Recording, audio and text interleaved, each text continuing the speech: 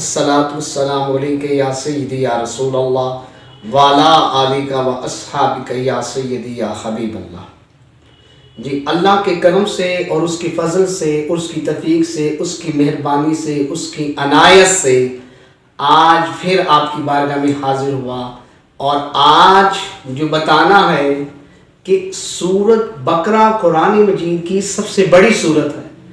اب سورۃ بقرہ سب سے بڑی سورۃ بقرہ قرآن مجید کی سورت ہے، لیکن اب اس کو سورۃ بقرہ کو سورۃ بقرہ کا نام وجہ تسمیہ، یعنی اس کو کس وجہ سے سورۃ بقرہ کا نام دیا گیا، اس لیے کہ اس سورۃ بقرہ کے اندر گائے کا ذکر ہے، اور بقرہ عربی میں گائے کو کہتے ہیں، تو گائے کی نسبت گائے کی وجہ سے اس کا نام سورۃ بقرہ رکھا گیا۔ اب کچھ صورتیں مدنی ہوتی ہیں، کچھ صورت مکی ہوتی ہے، اور سورۃ بقرہ جو ہے یہ مدنی صورت ہے۔ سورۃ بقرہ جو ہے وہ مدنی صورت ہے۔ اب اس میں دو اقوال ہیں کہ جو سورت مکہ میں نازل ہو وہ مکی، اور جو سورت مدینہ میں نازل ہو وہ مدنی۔ اب دو اقوال ہوئے کہ جو سورت مکہ میں نازل ہوئی وہ مکی، اور جو مدینہ میں نازل ہوئی وہ مدنی۔ لیکن دوسرا اقوال یہ ہے کہ جو ہجرت سے پہلے نازل ہوئی سورت وہ مکی، اور جو ہجرت کے بعد نازل ہوئی وہ مدنی۔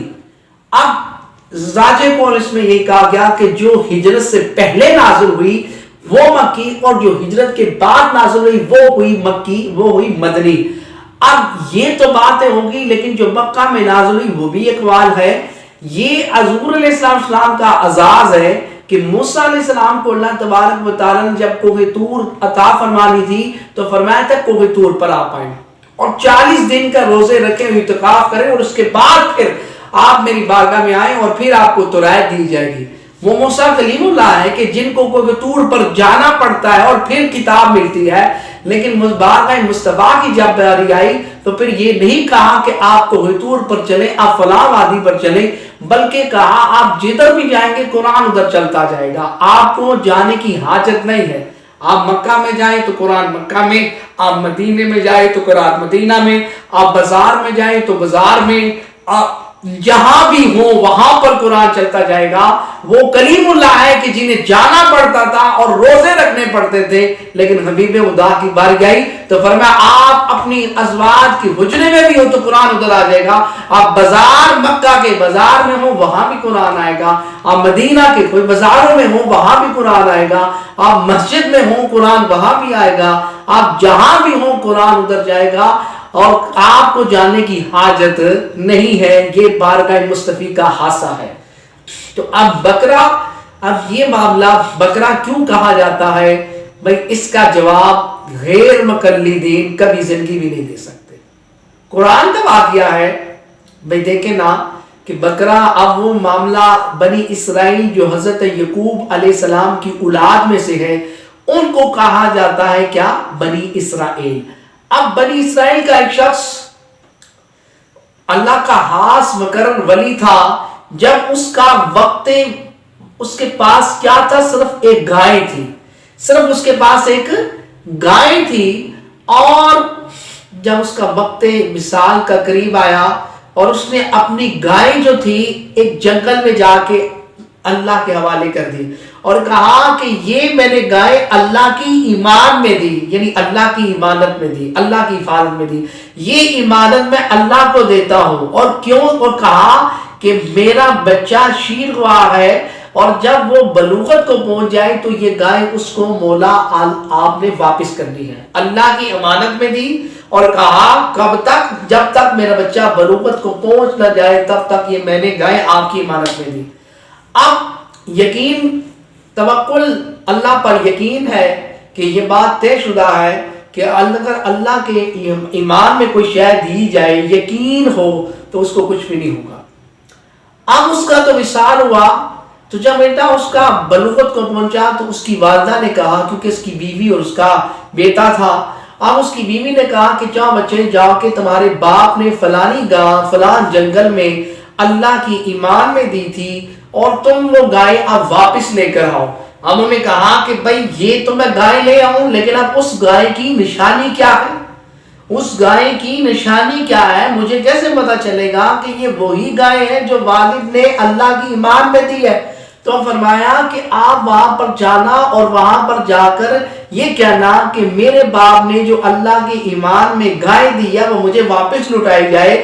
اور اس کے بعد اس کی نشانی یہ ہے، دو نشانیاں ہیں۔ ایک نشانی اس کی یہ ہے کہ وہ پیلے رنگ کی ہوگی، اور دوسری اس کی نشانی یہ ہے کہ اس کی کھال سورج کی طرح چمکتی ہوگی۔ اب یہ نشانیاں دی تو یہ نشانیاں جب دیکھی تو وہ گائے آ گئی اور یہ نشانی اس کو مل گئی۔ اب والدہ کے پاس جب آئے تو والدہ نے تصدیق کی، ہاں یہ وہی گائے ہیں۔ اب اس کے بعد والدہ نے اگلے دن سے کہا کہ جاؤ اس گائے کو بیچنا نہیں ہے بلکہ اس کی قیمت لگوا کے لاؤ، اور قیمت جو ہے وہ 5 درہم سے کم اس کی قیمت نہیں لے، 5 درہم سے کم اس کو نہیں فروخت کرنا۔ لیکن جب بک جائے، سودا ہو جائے، تو سودا ہونے سے پہلے مجھ سے مشاورت کرنی ہے۔ اب ان کے پاس فرشتہ انسانی شکل میں آیا اور اس نے کہا کہ میں آپ سے گائے خریدتا ہوں۔ تو کہا کتنے کی؟ تو انہوں نے کہا کہ میں آپ کو 10 درہم دیتا ہوں۔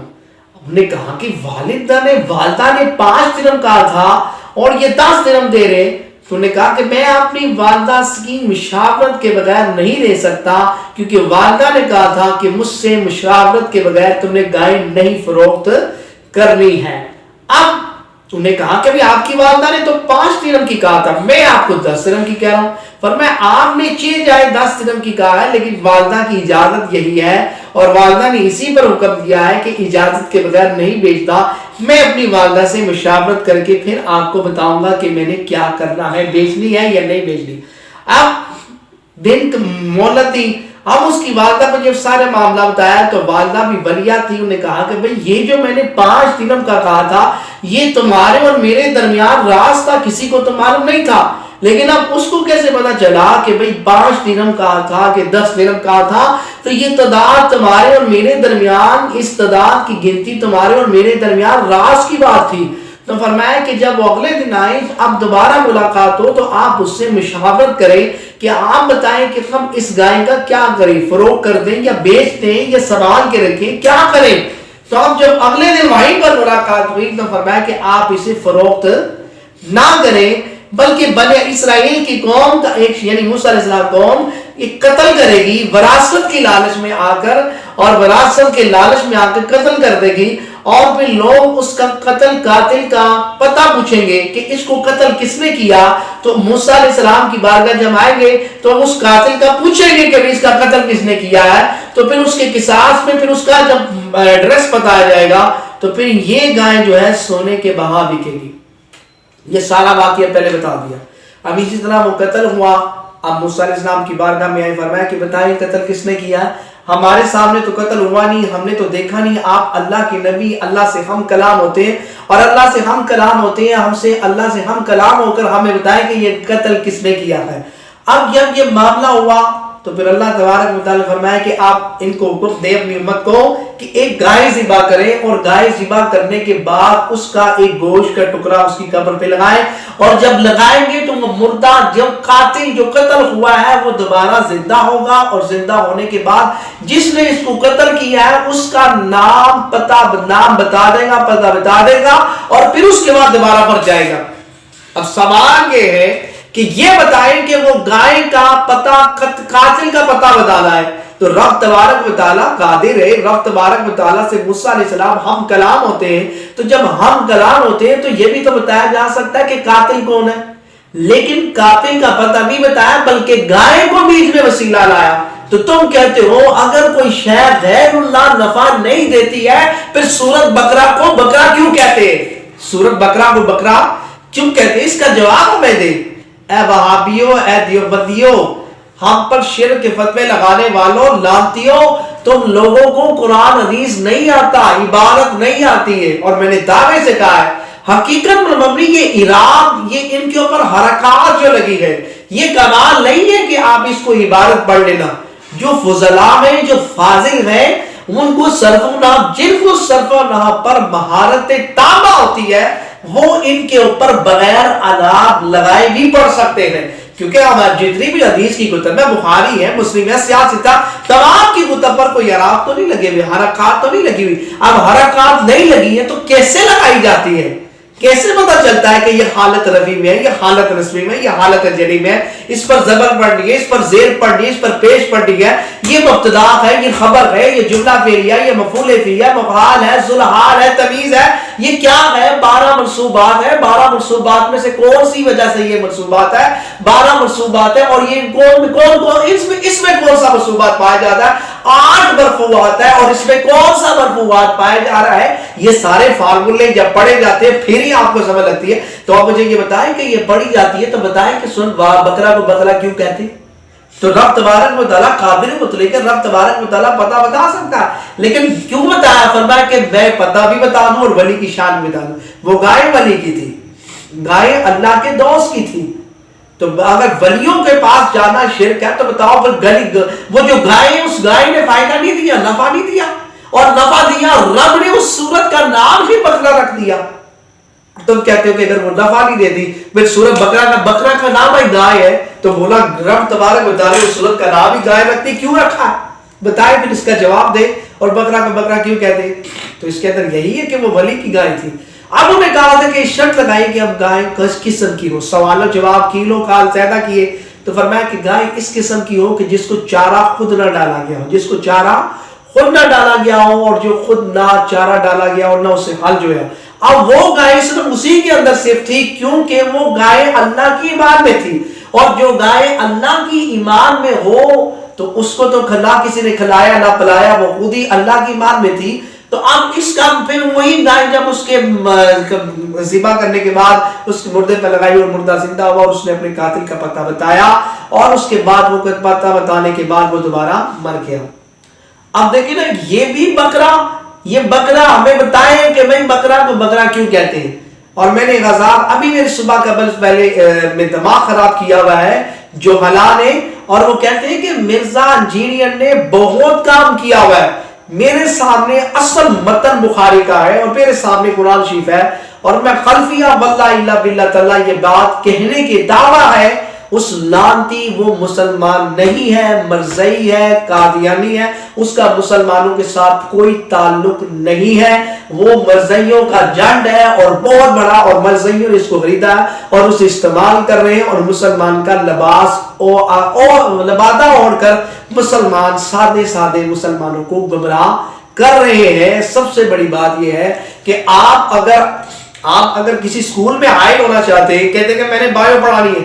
بھائی اگر بایو پڑھانی ہے، اگر بایو کی عبارت جو ہے وہ آپ سے نہیں پڑھی جا رہی تو آپ بایو پڑھا سکتے ہیں؟ آپ کہتے ہیں کہ میں نے انگلش کا لیکچر دیکھنا ہے، میں انگلش کا لیکچرار ہوں، اور آپ انگلش کی سطر نہیں دیکھ کے سطر نہیں پڑھ رہے تو کیا آپ اسے پروفیسر رکھ لیں گے؟ ایک بندہ کہتا ہے کہ میں عربی کا ٹیچر ہوں اور عربی کی 1.5 سطر دیکھ کر پڑھنی نہیں آ رہی تو کیا وہ عربی کا معلم ہے؟ وہ تو آپ اس کو معلم نہیں کہیں گے. تو بتاؤ اس لانتی کو تو دیکھ کر سطر پڑھنی نہیں آ رہی عربی کی، قرآن دیکھ کر سامنے رکھا اور غلط پڑھے، اور وہ کہتے ہیں کہ جی وہ بڑا کام کر رہے ہیں. میں نے کہا ہے لانتی دیکھ کر پہلے کسی سے ناظرہ پڑھنا تو سیکھ لو، اس کے بعد باتیں کرنا. یہ ترجمہ، یہ تفسیر، یہ تمہارے بس کی بات نہیں ہے.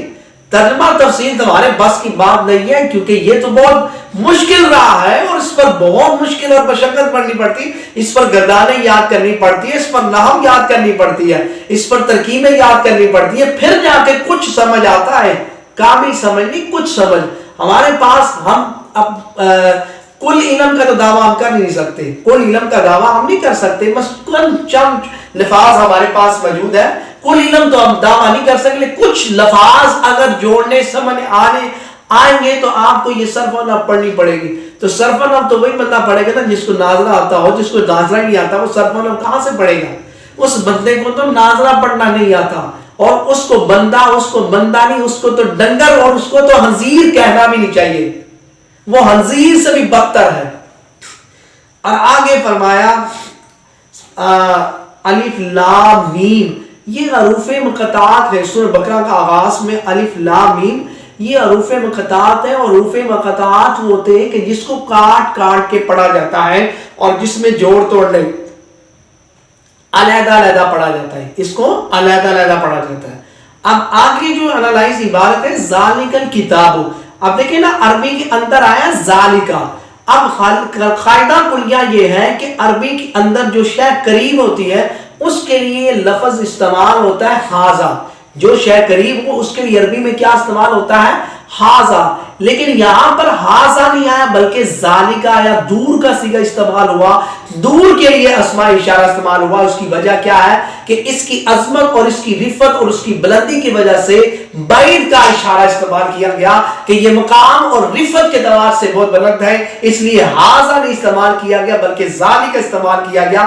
اور اس میں حکمت یہ ہے، یہ بات یاد رکھیں کہ آپ اگر کہیں کہ یہ ایسا کیوں ہے تو کیوں سے تو آپ کافر ہو جائیں گے، اس میں آپ یہ کہیں کہ اس میں حکمت کیا ہے، تو اس میں حکمت یہ کہ یہ مقام رفعت اور بلندی میں بہت اعلیٰ ہے، اس لیے یہاں پر ہاذا نہیں بلکہ ذالکا آیا ہے۔ اور کتاب تفسیر بزاوی اور جلالین کی حاشی اور متن میں یہ بات لکھی ہے کہ کتاب دو گتوں کے درمیان جو صفحے ہوتے ہیں اس کو کتاب کہتے ہیں، اور اس کے بعد فرمایا یہ وہ کتاب ہے، اور کتاب پر الف لام لگایا اور نکرہ سے معرفہ بن گیا، اور معرفہ بنانے کے بعد کہ خاص کتاب یعنی قرآن مجید ہے۔ اور یہاں پر لا آیا ہے، اور ایک لا ہوتا ہے، ایک لا نفی ہوتا ہے اور ایک لا نفی جنس ہوتا ہے، اور لا نفی جو ہوتا ہے وہ صرف نفی کرتا ہے، اور لا نفی جنس جو ہوتا ہے وہ پوری جنس کی نفی کرتا ہے۔ اب یہاں پر یہ آیا کہ لا ریبا نہیں ہے شک اس میں، تو اس کا مطلب یہ ہوا کہ پوری جنس کی نفی کی کہ پورے قرآن میں کوئی شک نہیں ہے، الف لام سے لے کے والناس تک اس میں کوئی شک و شبہ نہیں ہے۔ یہ ترجمہ کس نے کیا؟ یہ لا نفی جنس نے۔ اب جس نے لا نفی جنس نہیں سمجھا، گرامر نہیں پڑھی، اسے کیا پتا کہ بلا یہ لا نفی جنس کس بلا کا نام ہے؟ جس نے لا نفی جنس، جس نے نحو نہیں پڑھی ہے، اسے کیا پتا کہ لا نفی جنس کس بلا کا نام ہے؟ اس کو یہ نہیں سمجھ آئے گی، تو جب سمجھ نہیں آئے گی تو قرآن کو صحیح معنوں میں نہیں سمجھا جا سکتا نحو کے بغیر۔ اور فیہا اس میں ہدن ہدایت ہے، ہدن ہدایت ہے للمتقین پرہیزگاروں کے لیے، ہدن ہدایت ہے اس میں پرہیزگاروں کے لیے۔ اور آگے کیا فرمایا؟ الذی، الذی اسماء موصولہ ہے، یؤمنون حمزہ میم نون اس کا مادہ ہے، بالغیب یہ غیب غین یا با اس کا مادہ ہے، اور واو کا معنی اور ہوتا ہے، یقیم قائم سے نکلا ہے، صلاد صاد لام واو وصلہ سے نکلا ہے، اور وصل کا معنی ملانا، وصل کا معنی ملانا، کیونکہ جب صلات پڑھتے ہیں درود پڑھتے ہیں تو اللہ تعالیٰ سے قرب ملتا ہے، اس لیے اس کو صلات۔ اور مما، اب یہ جو مما ہے اس پر تشدید کیوں آئی ہے؟ اس پر تشدید اس لیے آئی ہے کہ من اور ما کا یہ مجموعہ ہے، اور من اور ما کا جو مجموعہ ہے اس کو اس کے اندر مرج کیا، مدغم کیا، مدغم کرنے کے بعد اس پر تشدید آ گئی ہے۔ رزقنا، را زال کاف اس کا مادہ ہے رزق، اور ہم ضمیر جمع کی ہے، اور ہم سب، اور ہم نے ان سب کو رزق دیا، ہم نے ينفقون نفقہ سے نکلا، اور جو غیب پر ایمان لائے اور نماز قائم کریں، اور مما، اور یہاں پر مما یہ جو من ہے یہ بعضیت کے معنی میں ہے، من جو ہے بعضیت کے معنی میں۔ اب جس نے یہ بعضیت کا مطلب کیا مطلب بھئی، بعضیت کا مطلب کہ ساری زکوٰۃ نہیں، سارا اللہ کی راہ میں صرف نہیں کرنا، کچھ خرچ کرنا ہے نا، کیونکہ زکوٰۃ تو ساری نماز سے ساری جو آپ نے کمایا وہ تو نہیں دینا، 2.5% دینی ہے، تو پھر یہ جو من ہے یہ من بعضیت ہے، من بعضیت ہے۔ اور اس کے بعد والذین یؤمنون، اور جو ایمان لائے بما انزل، جو کچھ بھی نازل کیا اس پر، اور وما انزل کا، اور جو نازل کیا من قبل کا اس سے پہلے، اور بالآخرتی، اور آخرت پر یوقنون، یوقنون یقین سے نکلا ہے، اور یقین رکھتے ہیں۔ اور پھر کیا فرمایا؟ اولئک علی ھدی، اور وہی ہدایت پر من ربی، وہی اپنے رب کی طرف سے ہدایت پر ہے۔ اور وَأُولَئِكَ هُمْ مُفْلِحُونَ، مفلحون فلاح سے نکلا، اور وہی فلاح پانے والے ہیں، اور وہی فلاح پانے والے ہیں، وہی فلاح پانے والے ہیں۔ تو یہ تھا آپ کے سامنے قرآن شریف اور سورۃ بقرہ، اور اس میں بتایا گیا کہ غیب پر ایمان لائیں۔ اب غیب پر ایمان لانا، بھئی ایمان ہے ہی غیب کا نام۔ مسند امام ابن حنبل سے میں یہ روایت ہے کہ حضور علیہ السلام نے پوچھا صحابہ سے، میں صحابہ بتاؤ عجیب ایمان کس کا ہے؟ تو صحابہ نے فرمایا عجیب ایمان جو ہے وہ انبیاء کا ہے۔ حضور نے فرمایا عجیب ایمان انبیاء کا نہیں ہے، اس لیے انبیاء پر اللہ کا کلام نازل ہوتا ہے تو انبیاء کا نہیں۔ تو پھر فرمایا صحابہ کا، تو فرمایا صحابہ کا بھی نہیں، اس لیے کہ صحابہ نے تو موعظے سر کی آنکھوں سے دیکھے، صبح شام حضور کا دیدار کیا، ملاقات کی، زیارت کی، موعظے دیکھیں، یہ سارے معاملات۔ تو پھر فرمایا عجیب ایمان ان کا ہے جو بغیر دیکھے مجھ سے ٹوٹ کر محبت کرتے ہوں گے، عجیب ایمان ان کا ہے، عجیب ایمان ان کا ہے۔ اور دوسرا ہارون الرشید وہ جو کھیل رہا تھا، اب بہلول دادا لولو، اب وہ ہارون الرشید اس کی بیوی رشیدہ اس بلول دانا کے پاس سے گزری، اس نے فرمایا کیا کر ریت سے کھیل رہا ہوں، تو کیا فرمایا کہ کیا کر رہا ہوں، کہا جنت بنا رہا ہوں، کہا بیچنی، کہا بیچنی، کہا کتنے کی، تو کہا 5 درہم کی۔ اب اس نے 5 درہم دیے، اس بلول دانا نے وہ درہم لے کر اس کو جیل میں گرا دیا۔ اب اس کا جو شوہر تھا ہارون نے کہا کہ تو نے اس کو دیا کہ جس نے اپنے کام بھی نہیں لے کر آیا، تو کیا فائدہ ہوا؟ اب یہ تنازع میں وہ جب گھر گئے تو وہ کیا دیکھتا ہے، ہاتھ میں اس کی بیوی جنت میں ہے۔ اب وہ جب جنت میں جانے لگتے ہیں تو فرشتے اس کو روک دیتے ہیں۔ تو نے کہا کہ یہ تو میرے اندر بھی میری جنت کے اندر جو محل ہے وہ تو میری بیوی ہے۔ فرمایا کہ بیوی ہے لیکن آپ کی اندر داخلہ ممنوع ہے۔ اب وہ اگلے دن پھر اسی بلول دانا کے پاس سے گزرے اور وہ پھر ریت سے کھیل رہا، کہا کیا کر رہے ہو، کہا جنت بنا رہا ہوں، تو کہا بیچنی، کہا کتنے کی، کہا 10 درہم کی۔ تو نے فرمایا کل تو آپ نے 5 درہم کی بیچی تھی، آج 10 درہم کی۔ تو اس نے کہا کہ وہ سودا بغیر دیکھ کے پال لائی تھی اور تم سودا دیکھ کر ایمان لائے ہو، دیکھ کر ایمان تو ہر کوئی لے آئے گا۔ تو حضور علیہ السلام کے مقام اور رفت اور بلندی کو محشر کے دن تو ہر کوئی مان لے گا، کیونکہ وہاں پر تو محشر تو ایک بہانہ ہے، محشر ایک بہانہ ہے۔ آپ کس نے کہا ہے کہ محشر کے اندر، محشر میزان بھائی ترازو کے اندر نامہ اعمال میرے بھی تول لیں، آپ کے بھی تول لیں، بھائی ترازو کے اندر نامہ اعمال کیوں تول لیں؟ بھائی آپ تو کوئی بازار سے سودا لینے جاتے ہیں تو وہاں پر آپ کو تول کر یا ناپ کر، کیلی یا مکینی، آپ کو تول کر یا ناپ کر چیزیں دی جاتی ہیں۔ تو ظاہری بات ہے کچھ چیزیں تول کر دی جاتی ہے، کچھ چیزیں ناپ کے دی جاتی ہیں۔ اب تول کر وزن کر کے ناپ کے دینے کا مقصد کیا ہے؟ نہ نقصان آپ کا ہو، لینے والے کا ہو، نہ دینے والے کا ہو، لینے والے کا بھی نقصان نہ ہو، نہ اس سے کم آئے، اور دینے والے کا بھی نقصان ہو کہ اس سے زیادہ چلے جائے۔ تو یہ درمیان میں تھرمامیٹر رکھا تاکہ دونوں جانبین کا نقصان نہ ہو۔ تو تول کر یا ناپ کر دینے کا مقصد ہی یہی ہے کہ دونوں ٹیموں کے درمیان کسی کا نقصان نہ ہو، تو اس لیے تولا جاتا ہے۔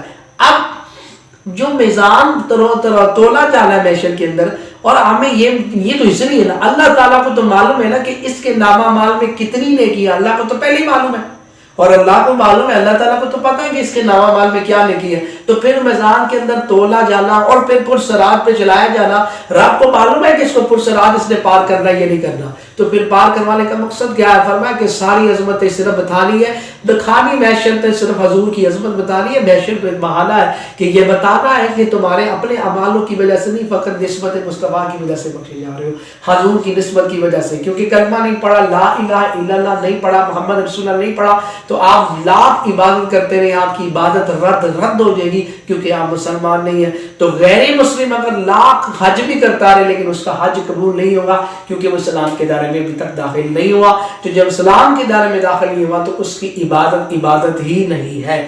تو اب دیکھیں نا یہ سارے معاملات ہیں، تو محشر بہانہ ہے، صرف حضور کی عظمت دکھانے مقصود ہے۔ وہ وجہ کائنات ہے، وہ جان کائنات ہے، وہ تخلیق کائنات ہے۔ یہ سورہ بقرہ فرسٹ میں بھی پڑھائی جاتی ہے، ہمارے اسکولوں کے قرآن شریف کے اندر اس کو تراجم بھی نصاب میں شامل کر دیا گیا ہے، اور انشاءاللہ میں اب اس کو بزاوی شریف کا اور تفسیر جلالین کا جو متن ہے جو درس نظامی میں پڑھائی جاتی ہے، اور تفسیر بزاوی اور تفسیر جلالین، اس کے متن اور اس کے حاشیے دونوں کو لے کر چل کے، اس میں کیونکہ صرفی بحث بھی ہے اور اس میں نحوی بحث بھی ہے، یہ دونوں انشاءاللہ اللہ کے فضل سے اور اس کے کرم سے اور اس کی توفیق سے چاہا تو انشاءاللہ سورہ بقرہ اس کو مکمل کریں گے، تفسیر بزاوی کے حاشیے سے اور تفسیر جلالین کے حاشیے سے۔ اور ہمارے ہاں میں یہ بہت ذرا ظلم بھی ہے، یہ بات یاد رکھ لے، خدا رہا اگر میرے جو سننے والے ہیں، آپ کا اگر اپنا ذاتی سکول ہے یا آپ کا اپنا ذاتی سکول ہے یا آپ کا اپنا ذاتی کالج ہے، تو یہ میرے سننے والے کو یوٹیوب کے وسیلے سے پوری دنیا میں پیغام جا رہا ہے، وہ یہ پیغام جا رہا ہے اگر خدا آیا آپ نے اور میں نے سب نے اس دنیا سے ایک دن جانا ہے تو یہ میرا پیغام لے جائے، خدا آیا قبر میں بہت اندھیرا ہے اس سے بچے۔ وہ یہ ہے کہ خدا آیا اگر آپ اپنی اکیڈمی میں، سکول میں، کالج میں آپ لیکچرار کے لیے وہ بندہ تلاش کرتے ہیں جو اس سبجیکٹ کا ماہر ہوتا ہے، آپ بائیو اس بندے سے پڑھاتے ہیں کہ جس بندے کو بائیو پہ مہارت ہو، آپ فزکس اس سے پڑھاتے ہیں کہ جس کو فزکس پہ مہارت ہو، آپ کیمسٹری اس سے پڑھاتے ہیں کہ جس کو کیمسٹری پر مہارت ہو، آپ میتھ اس سے پڑھاتے ہیں جس کو میتھ پہ مہارت ہو، آپ انگلش اس سے پڑھاتے ہیں کہ جس کو انگلش پر مہارت ہو۔ لیکن کیا یہ ظلم عظیم نہیں ہے کہ کیمسٹری والا بھی اسلامیات پڑھاتا ہے اور بائیو والا بھی اور اسلامیات پڑھا دیتا ہے اور میتھ والا بھی بائیو یہ پڑھا دیتا ہے؟ یہ ظلم عظیم ہے۔ اور میں نے کہا کہ یہ میرا اپیل ہے کہ مجھے یہ بتائے کہ یہ سکول کی کتابوں کے اندر جو آیات ہے، سورۃ انفال ہے، سورۃ احزاب ہے اور سورۃ بقرہ جو آپ فرسٹ ایئر میں رکھی گئی ہے، اور بی اے کے اندر بھی کچھ صورتیں اور کچھ آیات ہیں اور اس کے نیچے جو تراجم لکھے ہوئے ہیں، کیوں لکھے ہوتے ہیں؟ کیا مجھے بتائیں، کیا مدرس کس لیے ہوتا ہے؟ مدرس کس لیے ہے؟ کیا آپ بی اے کی انگلش پڑھتے ہیں تو کیا بی اے کی انگلش کی سطر کے نیچے بھی کوئی ترجمہ لکھا ہوا ہے؟ جو اصل ٹیکسٹ انگلش کی ہے بی اے کی، کیا مجھے بتائے گا اس انگلش کی اصل جو ٹیکسٹ بطن کتاب ہے، اصل بطن کتاب، اس پر کیا نیچے ترجمہ لکھا ہوا ہے؟ کیوں نہیں لکھا؟ بھئی اس لیے لکھا کہ اگر ترجمہ ہی نکلا ہے تو جو ٹیچر ہے وہ مدرس وہ کس لیے ہے؟ تو بھئی اگر آیات کے نیچے ترجمہ لکھ دیا ہے تو پھر وہ جو ٹیچر ہے، جو پڑھانے والا ہے، وہ کس کام کے لیے آئے گا؟ وہ کس لیے؟ تو اگر تراجم نہ لکھا ہو، اگر تراجم نیچے نہ لکھا ہو صورتوں کے، تو کبھی بائیو والا اور کبھی کیمسٹری والا اس سبجیکٹ میں داخل نہیں ہوگا، کبھی اس کے اندر اس موضوع پر بحث بھی نہیں کرے گا۔ اور خدا رایا میں نے ایسی باتیں سنی ہیں کہ جناب وہ باتیں کسی مفسر نے وہ باتیں لکھی بھی نہیں ہیں، وہ تو ایسے باتیں کرتے ہیں جو امام جلال الدین سیوطی اور تمام تفسیرات میں کسی نے نہیں، تفسیر مذہبی اور تفسیر حاشی، تفسیر مسیح، تمام کسی مفسر نے یہ باتیں اور کسی صحابی سے وہ تفسیر مروی نہیں ہوتی ہے، اور وہ اپنے سے ایسی باتیں کرتے تھے۔ تو بتائیں کہ قرآن کی تفسیر فرمایا گیا کہ جو اپنے آپ سے کرتا ہے تو اس کا ٹھکانہ آگ ہے اور کچھ بھی نہیں ہے، اس کا ٹھکانہ آگ ہے۔ بھی قرآن کو اور حدیث کو بیان کرنا، یہ بات سمجھ لیں، یہ ایک ایسا ہی ہے جیسے آپ جنت اور دوزخ کے پل پر ہیں۔ قرآن اور حدیث بیان کرنا ایسے ہی ہے کہ آپ کے نیچے آپ ایک پل پہ کھڑے ہیں، نیچے جنت بھی ہے اور نیچے دوزخ بھی ہے۔ اگر آپ نے وہ بات جو قرآن میں نہیں ہے اور آپ نے کہا قرآن میں ہے تو آپ نیچے پل دوزخ میں جائیں گے، اور اگر صحیح کہا تو پھر جنت ہی ہے۔ تو اس لیے کہ یہ بات اس میں بڑا شدت، اور اس میں تو بڑا شدت ہوتا ہے۔ کیمسٹری کا اگر آپ بچے کو غلط پڑھاتے ہیں، زیادہ سے زیادہ کیا ہوگا؟ سپلی آ جائے گی، دوبارہ پیپر دینے گا۔ اگر آپ عربی غلط پڑھاتے ہیں، اور اسلامیات کے ٹیچر اکثر ایسے ہی ہے کہ جن کو عربی پڑھنی بھی نہیں آتی اور آپ اس کو عربی کے لیے عربی ٹیچر رکھ لیتے ہیں، یہ ظلم عظیم ہے۔